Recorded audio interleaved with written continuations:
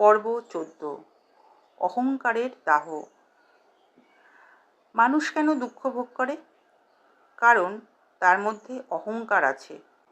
আজ শুনব শ্রী শ্রী রামকৃষ্ণের শিক্ষা, অহংকারই দুঃখের মূল। ঠাকুর বলতেন, অহংকার থাকলেই মানুষ নিজেকে ঈশ্বর থেকে আলাদা মনে করে। এই আলাদা ভাবই তাকে দুঃখ দেয়। তিনি উদাহরণ দিতেন, যেমন একটি লণ্ঠনে ধোঁয়া জমলে আলো দেখা যায় না, অহংকারও তেমনি আত্মার আলো ঢেকে দেয়। তিনি বলতেন, অহংকার ঝরালে ঈশ্বর আপনাকে কাছে টেনে নেবেন। ভক্তির আসল শর্তই হলো অহংকার ত্যাগ করা। আজকের শিক্ষা, অহংকার ছেড়ে দাও, বিনয়ী হও, তাহলেই ঈশ্বর প্রেম তোমার জীবনে প্রবাহিত হবে। পর্ব 15।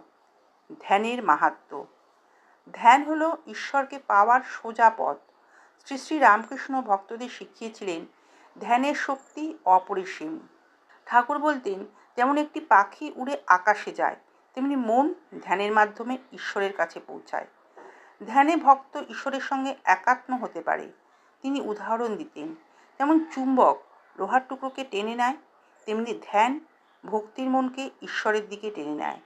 ধ্যান হলো ভক্তির মূল শ্বাস, যেটা আত্মাকে পরিশুদ্ধ করে। আজকের শিক্ষা, প্রতিদিন কিছুক্ষণ ঈশ্বরের ধ্যানে বসো, তাহলেই অন্তরে শান্তি আসবে। পর্ব 16। সরল হৃদয়ে ঈশ্বর বাস। শ্রী শ্রী রামকৃষ্ণ বলতেন, ঈশ্বরকে পেতে হলে বড় বিদ্যে লাগে না, দরকার সরল হৃদয়।